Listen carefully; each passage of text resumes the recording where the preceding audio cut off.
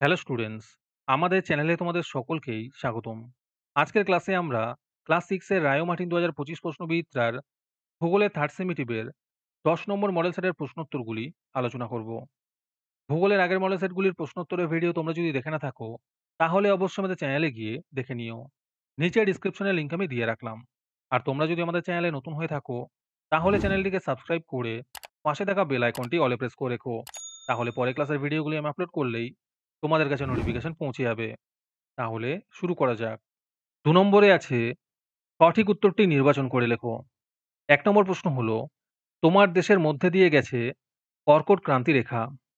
২ নম্বর প্রশ্ন হলো, একটি মহাবৃত্ত হলো নিরক্ষরেখা। ৩ নম্বর প্রশ্ন হলো, পৃথিবীর আবর্তনের বেগ সবচেয়ে কম হবে ৯০° দক্ষিণ অক্ষরেখায়। ৪ নম্বর প্রশ্ন হলো, সূর্যোদয়ের আগের সময়কে বলা হয় উষা। ৫ নম্বর প্রশ্ন হলো, শীতের সকালে কোন দিকের জানালা বন্ধ রাখতে ইচ্ছা করে? এর উত্তর হবে উত্তর দিকের। ৬ নম্বর প্রশ্ন হলো, প্রদত্ত যে অক্ষরেখায় সূর্য লম্বভাবে কিরণ দেবে তা হলো ১৫° দক্ষিণ অক্ষরেখায়। ৭ নম্বরে আছে জলবিদ্যুৎ একটি প্রচলিত শক্তি। ৮ নম্বর প্রশ্ন হলো, ৫০ কিলোমিটার দূরের কোনো জায়গায় দূষণহীনভাবে যেতে হলে তুমি চড়বে ট্রেনে। ৯ নম্বর প্রশ্ন হলো, শব্দ দূষণের ফলে সৃষ্ট রোগ হলো উচ্চ রক্তচাপ। ১০ নম্বর প্রশ্ন হলো, প্রদত্ত যেটি আবহাওয়ার উপাদান নয় তা হলো অ্যালবেডো। ১১ নম্বর প্রশ্ন হলো, পৃথিবী পশ্চিম থেকে পূর্বে আবর্তন করছে। ১২ নম্বর প্রশ্ন হলো, তোমার রাজ্য উত্তরের নদীগঠিত সমভূমি অঞ্চলের অন্তর্গত। ১৩ নম্বরে আছে, হিমাচল প্রদেশ রাজ্যে সাঁওতাল সম্প্রদায় দেখা যায় না। ১৪ নম্বর প্রশ্ন হলো, ভারতের জলবায়ু উষ্ণ ও আর্দ্র প্রকৃতির। ১৫ নম্বর প্রশ্ন হলো, একটি পশ্চিম বাহিনী নদী হলো তাপ্তি। ১৬ নম্বর প্রশ্ন হলো, তোমার জেলায় যে ধরনের স্বাভাবিক উদ্ভিদ দেখা যায় তা হলো ক্রান্তীয় পাতাঝরা।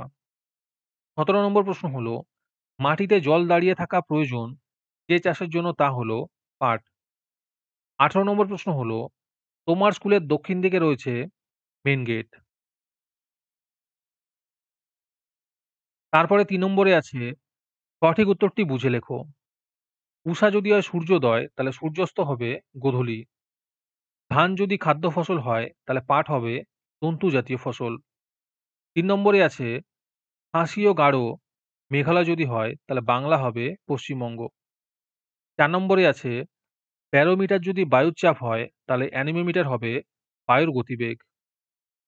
তারপরে ৪ নম্বরে আছে, শূন্যস্থান পূরণ করো।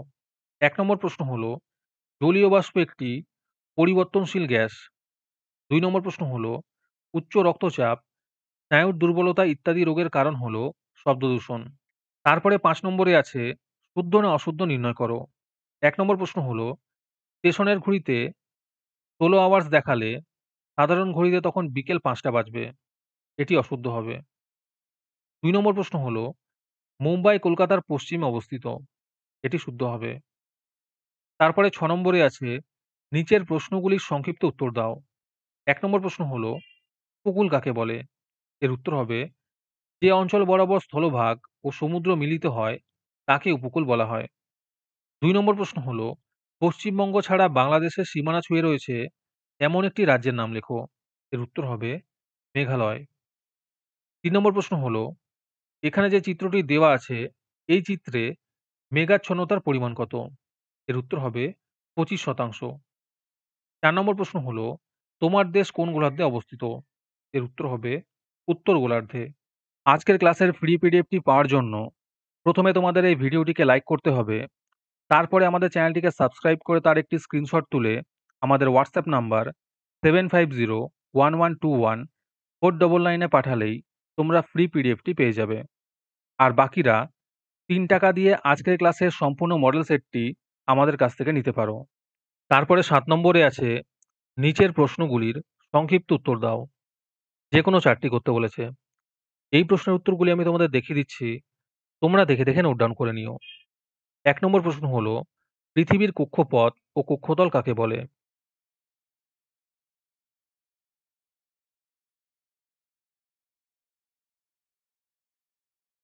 ২ নম্বর প্রশ্ন হলো, সাইলেন্স বোর্ড লাগানো থাকে এমন দুটি জায়গার নাম লেখো। আর তার সাথেই প্রশ্ন আছে, এটি লাগানো হয় কেন? ৩ নম্বর প্রশ্ন হলো, কয়েল কাকে বলে? ৪ নম্বর প্রশ্ন হলো, ধুন কাকে বলে? ৫ নম্বর প্রশ্ন হলো, ইসলাম ও খ্রিস্ট ধর্মের একটি করে উৎসবের নাম লেখো।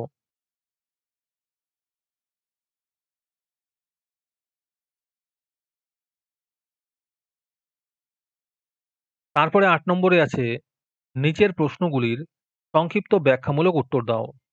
যেকোনো ৪ টি করতে বলেছে। ১ নম্বর প্রশ্ন হলো, শুধুমাত্র চিত্রের মাধ্যমে যেকোনো ২ টি প্রধান অক্ষরেখার নাম ও কৌণিক মান লেখো। আর তার সাথে প্রশ্ন আছে, অক্ষরেখা ও দ্রাঘিমার ২ টি প্রধান পার্থক্য লেখো।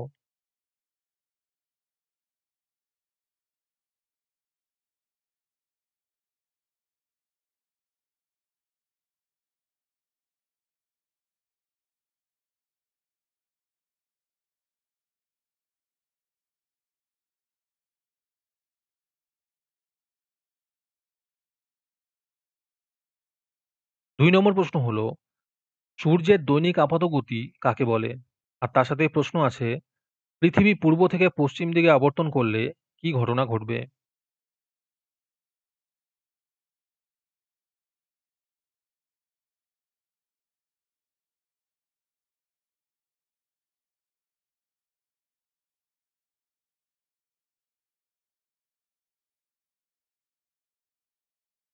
মডেল সেট সম্পর্কিত তথ্য পাওয়ার জন্য আমাদের হোয়াটসঅ্যাপ চ্যানেল এবং এক্সামের সাজেশনের জন্য আমাদের টেলিগ্রাম চ্যানেল তোমরা জয়েন করতে পারো। নিচে ডিসক্রিপশনে লিংক দেওয়া রইলো, তোমরা সেখানে গিয়ে জয়েন করে নিও।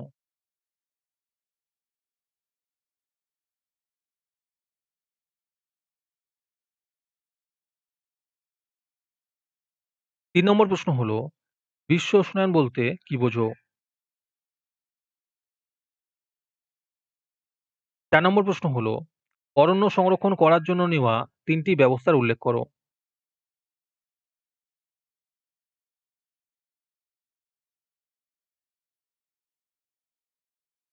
৫ নম্বর প্রশ্ন হলো, দক্ষিণ ভারতের ৩ টি নদীর উৎস ও মোহনা সহ নাম লেখো।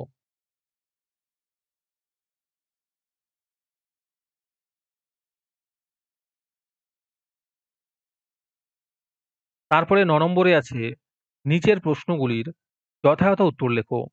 যেকোনো ৩ টি করতে বলেছে।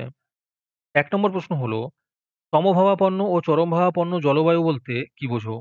আর তার সাথে প্রশ্ন আছে, ভারতের ২ টি শহরের নাম লেখো যেখানে এই ২ প্রকার জলবায়ু দেখা যায়। তার সাথে আরেকটি প্রশ্ন আছে, ২০০০ মিটার উচ্চতায় ১৫°C উষ্ণতা হলে ৪০০০ মিটার উচ্চতায় উষ্ণতা কত হবে ও কেন?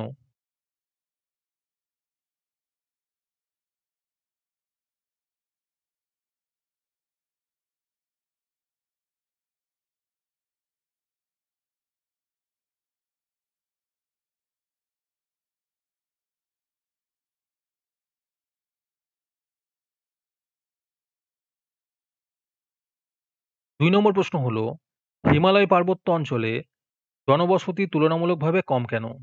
আর তার সাথে প্রশ্ন আছে, খাদার ও ভাঙর কাকে বলে?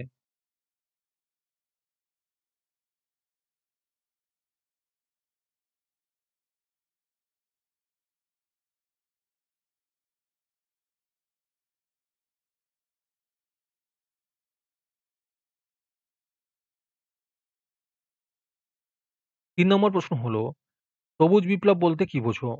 আর তার সাথেই প্রশ্ন আছে, চা চাষের জন্য প্রয়োজনীয় উষ্ণতা ও বৃষ্টিপাতের পরিমাণ উল্লেখ করো।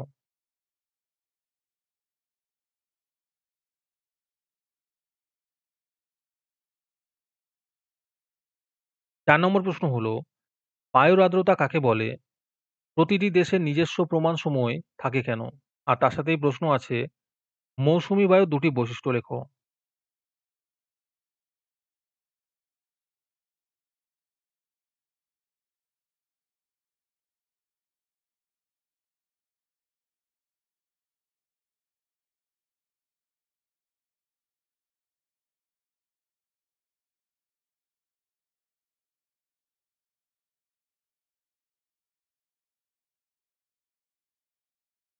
এই ১০ নম্বর মডেল সেটটি তোমাদের লাস্ট মডেল সেট। ১ থেকে ১০ পর্যন্ত যতগুলি মডেল সেট তোমাদের আমরা করিয়ে দিয়েছি, সেগুলি ভালো করে প্র্যাকটিস করো, তার মধ্যেই তোমরা কমন পেয়ে যাবে। এছাড়াও যদি আমাদের দেওয়া সাজেশন তোমরা নিতে চাও, তাহলে আমাদের টেলিগ্রাম চ্যানেলে জয়েন করে নিও। নিচে ডেসক্রিপশনে লিংক দেয়া রইল। তাহলে আজকে এই পর্যন্তই। দেখা হচ্ছে পরের ক্লাসে।